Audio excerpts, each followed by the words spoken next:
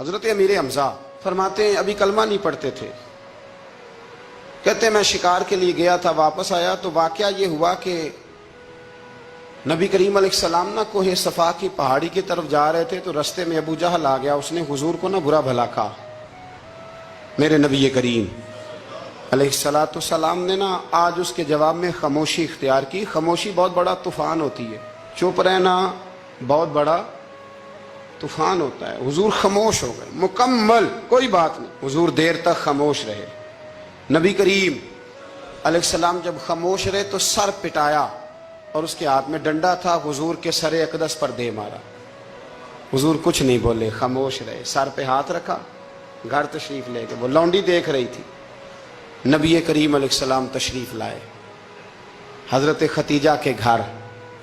اتنی دیر میں حضرت امیر حمزہ آئے تو اس لونڈی نے نا جناب امیر حمزہ کو مخاطب کیا، چونکہ اس نے حضور کو بھی دودھ پلایا تھا اور جناب امیر حمزہ کو بھی برابر کی محبت تھی، رضائی والدہ تھی۔ حضرت امیر حمزہ کو دیکھ کے کہنے لگی امیر حمزہ کہاں سے آ رہے ہو؟ کہا شکار کھیل کے آ رہا ہوں۔ فرمایا کیا فائدہ تیری بہادری کا، کیا مطلب ہے تیرے اس سارے کارنامے کا، کہا ہوا کیا؟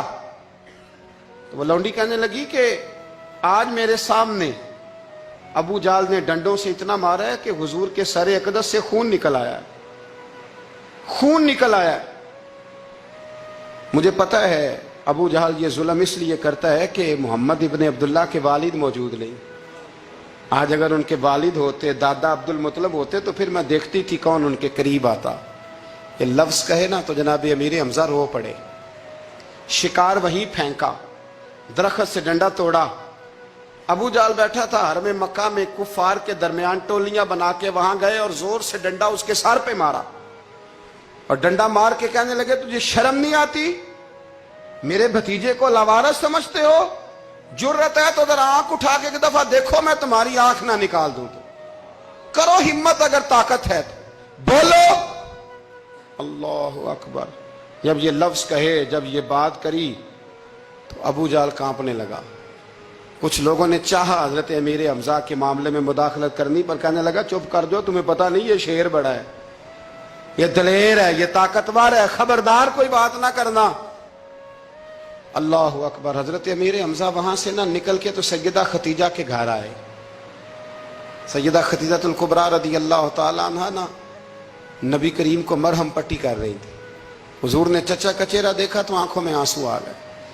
حضرت امیر حمزہ بھی روئے اور کہنے لگے بھتیجے خوش ہو جا، میں اس کا سر پھوڑ آیا ہوں۔ اتنی زور سے مارا ہے کہ اس کو ہمت نہیں ہوئی بات کرنے کی۔ حضرت امیر حمزہ کے جواب میں محبوب فرمانے لگے چچا میں ابو جال کا سر پھوڑنے سے تو خوش نہیں نہ ہوتا۔ کہا آپ کیسے خوش ہوتے ہیں؟ فرمایا آپ کلمہ پڑھ جائیں میں خوش ہو جاؤں گا۔ تو حضرت امیر حمزہ کہنے لگے کلمہ پڑھنے سے راضی ہو جاؤ گے، خوش ہو جاؤ گے، بس اتنی سی بات؟ فرمایا ہاں۔ تو کہا پڑھاؤ کلمہ، پڑھاؤ کلمہ۔ حضرت محبوب کریم نے کلمہ پڑھایا اور جناب امیر حمزہ اسی وقت مسلمان ہو گئے۔ ایک سنار کے بارے میں عارف رومی نے لکھا ہے کہ وہ نا اس نے بے اولاد تھا تو اس نے ایک بچہ لے کے پال لیا، تو بچہ اس کو باپ کہتا تھا، اس کی بیوی کو ماں کہتا تھا۔ انہوں نے لے پالک بچہ تھا، اور یہ لوگ جن کی اولاد نہیں ہوتی ترس جاتے ہیں، کئی دفعہ ترسے ہوئے لوگ تھے۔ بچے کو لے لیا، پالا، وہ بچے نے بھی حد کر دی فرما برداری کی۔ اب وہ جوان ہو گیا اور بڑا خوبصورت جوان ہوا۔ وہ سنار کہتا ہے کہ ساری زندگی میں نے صفائی میں، نیکی میں گزار دی۔ ایک دن دکان کے پہ ایک عورت آئی تو وہ کہنے لگی یہ چوڑیاں مجھے خود سے آپ پہنا دیں۔ وہ کہتا ہے میں نے جب اس کا ہاتھ پکڑا تو میرے دل میں غلط خیال آ گیا، میں نے غلط نظریے سے اس کا ہاتھ پکڑا، اور جب میں نے اس کا وہ ہاتھ اس نظریے سے پکڑ لیا، تھام لیا، بہرحال وہ چلی گئی، لیکن وہ میرے ذہن کے اندر ناپاکی آ گئی۔ تو میں گھر گیا تو میری بیوی باہر کھڑی تھی اور رو رہی تھی، تڑپ رہی تھی۔ میں نے اسے کہا کیا ہوا؟ تو وہ کہنے لگی کہ بچہ ساری زندگی فرما بردار رہا، میں نے ماں بن کے پالا، پر آج اس نے غلط ذہن سے میرا ہاتھ پکڑ لیا ہے، اور میں تڑپ گئی ہوں، ٹوٹ گئی ہوں کہ یہ اگرچہ لے پالک تھا، کسی کا تھا، پر میں نے تو پتر سمجھ کے پالا تھا، یہ کیا ہوا؟ وہ کہتا میری چیخ نکل گئی تو میں نے اسے کہا کہ یہ اس کی غلطی نہیں، یہ میری غلطی ہے۔ میں نے باہر آج نظر گندی کی ہے تو رب نے مجھے سزا دی، یہ مجھے سزا ملی ہے، तो किसी की बहन को फूल भेजना चाहता है तो अगर उसी रात तेरी बहन को फूल आ गया तो किसी की बेटी पर गंदी नजर डालता है तो अगर ये तेरे घर में ये कर्ज चुकाना पड़ा। वो एक दोस्त है तो वो पसंद की शादी कर रहा था उसके घर में, तो उसकी बहन ने कहा है उससे, उसकी बहन ने कहा, उसने कहा भाई तू मर्जी की शादी कर रहा है, मेरा अब्बा अपनी पगड़ी तेरे पैरों में रखता है, माँ दुपट्टा रखती है कि बेटे हम तबाह हो जाएंगे ना कर, और आज अगर तेरा ये हाल है तो फिर मुझे भी इजाजत दे, मैं भी मर्जी की शादी करूं। तो वो कांप गया बुरी तरह से। वो कहता है ये तू क्या कह रही है? उसने कहा तू तेरे लिए अगर ये जायज है तो मेरे लिए कैसे मना हो गया? तो ये कोई मुहज्जब कौमें नहीं जो ऐसे करती हैं, ये कोई तालीम याफ्ता होने की या गोरा चिट्टा होने की अलामत है? क्या आप किसी को फूल भेजेंगे? शर्म नहीं आती? मुहज्जब कौम और शरीफ लोग कौन होते हैं? मेरे नबी करीम अलैहिस्सलाम ने फरमाया अल हयाउ मिनल ईमान, हया तो ईमान का हिस्सा है। सरदार अहमद साहब रहमतुल्लाह अलैह के पास ना एक बूढ़ी अम्मा अपना बेटा छोड़ गई, तो हजरत साहब ने को 2, 4, 5 महीने रखा, तो बाद में उसकी अम्मा को बुला के कहा कि तू बेवा है, बेटा तेरा यतीम है, मैं नहीं चाहता कि इसका वक्त ज़ाया हो, ये पढ़ने वाला कोई नहीं, सारे नहीं भाई पढ़ने वाले होते, अब यहाँ उलमा बैठे हैं, मैं बेअदब भी ना हो जाऊं, कुछ पूरे 8 साल लगा के भी आ जाते हैं, सनद भी उनके पास होती है, नाराज ना हो जाना, ये तो सब अच्छे लोग हैं, सनद होती है पर पता कोई नहीं होता, ये आला हजरत ने लिखी है बात, सनद होती है, पूरी डिग्री होती है, उस पर कई लोगों के साइन भी होते। तो बहुत सारे तालिब इल्म ऐसे होते हैं जो मदारस में कहते हैं मैं फाजल फलां हूँ, लेकिन कोई शय पास, तो मौलाना सरदार अहमद साहब मुहद्दिस आज़म पाकिस्तान रहमतुल्लाह अलैह उस बूढ़ी को कहने लगे तेरा बेटा कौन देना है, पढ़ना पढ़ाना इसने कुछ भी नहीं, तो यतीम बच्चा है, कल को तो कहेगी कि मेरे बेटे ने वक्त ज़ाया किया तो वापस ले जा। बूढ़ी अम्मा रोने लग गई, कहने लगी मैं पढ़ाने तो नहीं लाई थी, मैं तो आपको रब का वली समझती हूँ, मैं तो नौकरी कराने लाई थी, नौकरी। हजरत अनस बिन मालिक कहते हैं मेरी अम्मा भी हुजूर की बारगाह में दे गई थी, तो हुजूर की बारगाह में ये नहीं कहा था कि या रसूलल्लाह पढ़ा दें, हाँ मैं जिम्मेदारी से बात कर रहा हूँ, ये नहीं कहा था हुजूर मुजाहिद बना दें, ये थोड़ी कहा था कि या रसूलल्लाह सल्लल्लाहु ताला अलैहि वसल्लम से मुफस्सिर मुहद्दिस मुहक्किक मुफ्ती बना दें। हजरत अनस की अम्मा कह गई थी सोनिया जब तक ये रहेगा ना आपकी नौकरी करेगा, ये घर के काम काज करेगा, ड्यूटी करेगा, हुजूर ये आपकी नौकरी करेगा। तो मेरे महबूब ने फिर दुआ कर दी अल्लाह इसे बरकत अता फरमा। तू समझता है खिदमत वाला खाली रह जाता है?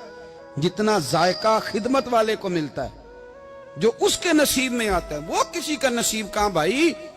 हजरत अनस कहते हैं हुजूर ने दुआ कर दी, बरकत की। मुझे तो खेती बाड़ी आती भी नहीं थी, पर लोगों के बाग में साल में 1 दफा फल लगता था, मेरे बाग में 2 दफा लगता था। हुजूर ने दुआ कर दी अल्लाह इसे औलाद दे।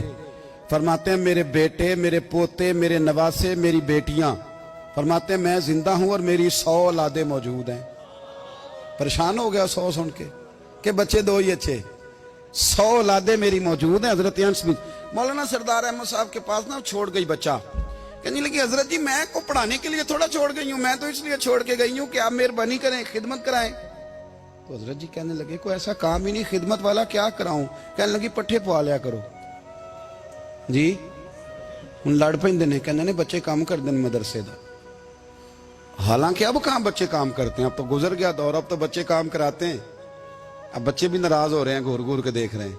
सही कह रहा हूं आपको, बच्चे काम कराते हैं, बच्चे कहाँ काम करते।